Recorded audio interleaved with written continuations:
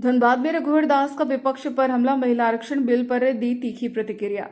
लोकसभा में महिला आरक्षण से जुड़े संविधान संशोधन विधेयक पारित नहीं हो पाने को लेकर झारखंड के पूर्व मुख्यमंत्री रघुवर दास ने विपक्षी दलों पर जोरदार हमला बोला है। उन्होंने कहा, विपक्ष महिला सशक्तिकरण के मुद्दे पर राजनीति कर रहा है और बिल को लागू नहीं होने देना चाहता।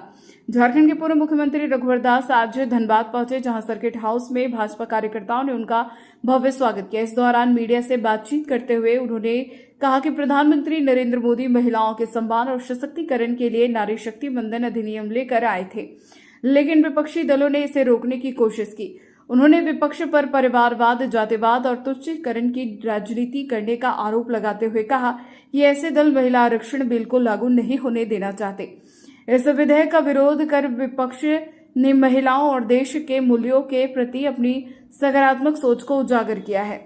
रघुवर दास ने कहा कि भविष्य में मजबूत जनादेश के साथ इस विधेयक को फिर से लाया जाएगा और पारित कराया जाएगा। उन्होंने बताया कि 33% महिला आरक्षण लागू होने पर 2029 के लोकसभा और विधानसभा चुनाव में महिलाओं को इसका सीधा लाभ मिलता है। इसके साथ ही उन्होंने पश्चिम बंगाल के आगामी चुनाव को लेकर भी बड़ा बयान दिया और कहा कि इस बार बंगाल में कमल खिलेगा और महिला शक्ति विपक्ष को करारा जवाब देगी। किसी भी आधुनिक समाज के प्रगति का मापदंड उस समाज की महिला से होता है और उसी को ध्यान में रखकर हमारे देश के यशस्वी प्रधानमंत्री आदरणीय मोदी जी 2014 जब देश की जनता ने प्रधानमंत्री बनाए, उनका मानना था कि अगर हमें देश को आगे बढ़ाना तो महिला शक्ति, नारी शक्ति के बिना ये देश आगे नहीं बढ़ा। और इसी को ध्यान में रखकर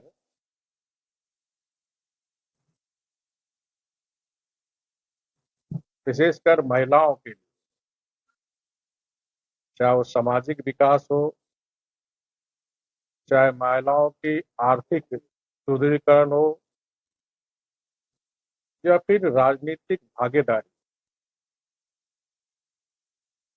राज्य और देश से की नीति निर्धारण में महिला शक्ति की भी भूमिका हो। इन 14 वर्ष में अगर हम देखें तो स्वच्छता अभियान के तहत करोड़ों महिलाओं के घर में, जिसे हम इज्जत घर कहते हैं, महिलाओं को सम्मान देने का काम मोदी जी के नेतृत्व में चलने वाली एनडीए सरकार ने। इसी तरह प्रधानमंत्री आवास योजना के तहत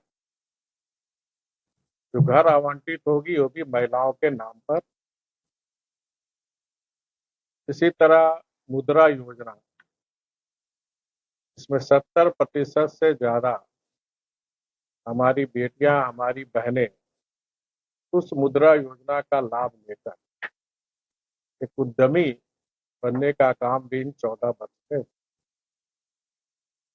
और मोदी सरकार की नीति के कारण आज हम सेना में आप देखें, चाहे लड़ाकू विमान का पायलट के रूप में हम देखें, चाहे खेल कूद के क्षेत्र में देखें, हर सेक्टर में आज हमारी बहन, हमारी बेटियां आज देश का नाम रोशन कर।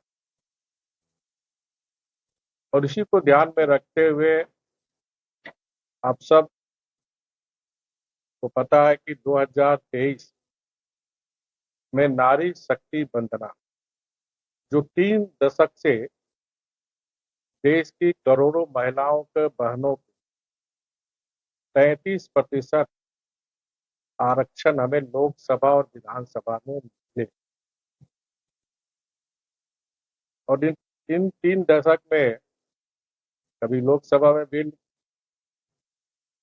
पेश हो रहा तो कभी कुछ हो रहा, कभी कुछ, कोई ना कोई विघ्न बाधा आता रहा। 3 दशक तक 33% आरक्षण महिलाओं का लोकसभा में कभी पास नहीं हुआ। लेकिन आदरणीय मोदी जी के नेतृत्व में 2023 में नारी शक्ति बंधन अधिनियम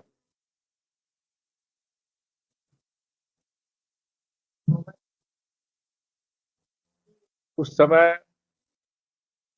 विपक्ष भी चुनाव को देखते हुए बिल का समर्थन करने का काम किया। लेकिन आज बहुत दुख के साथ ये कहना पड़ रहा है कि जब उस 33% नारी शक्ति अधिनियम को लागू करने का समय आया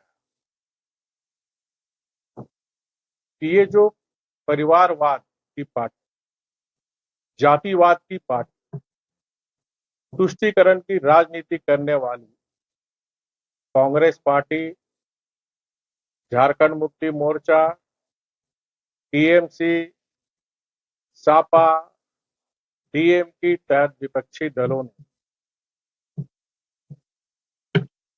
हमारी देश की करोड़ों बहनों माताओं के साथ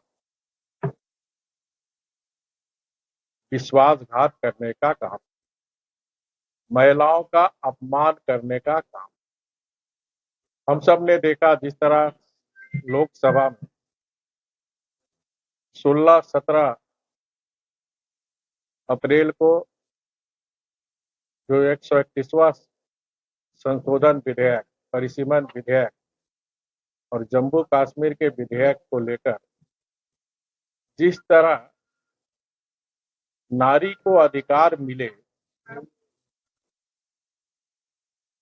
उन्हें समर्थन करना चाहिए, बजाय इन सारे विपक्षी दल को अपनी राजनीतिक स्वार्थ की चिंता।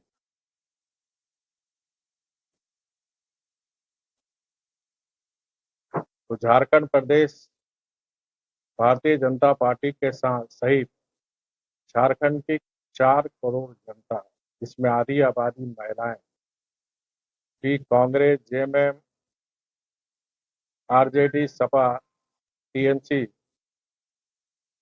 की जो महिला विरोधी चरित्र जो सदन में पूरे देश ने देखा, पूरा झारखंड ने देखा, इसकी कड़ी निंदा करती।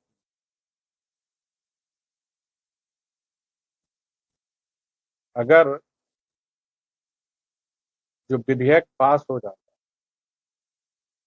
तो 2029 में 33% आरक्षण हमारी बहनों को, हमारी महिलाओं को लोकसभा से लेकर विधानसभा में। आप सभी जानते हैं कि 2023 में जो नारी शक्ति अधिनियम पास हुआ था, उसमें भी पास हुआ था कि जनगणना और परिसीमन के बाद लाना। और आप सभी जानते हैं कि जनगणना का काम भी हमारे आदरणीय गृह मंत्री अमित शाह जी गृह मंत्रालय ने शुरू कर दिया।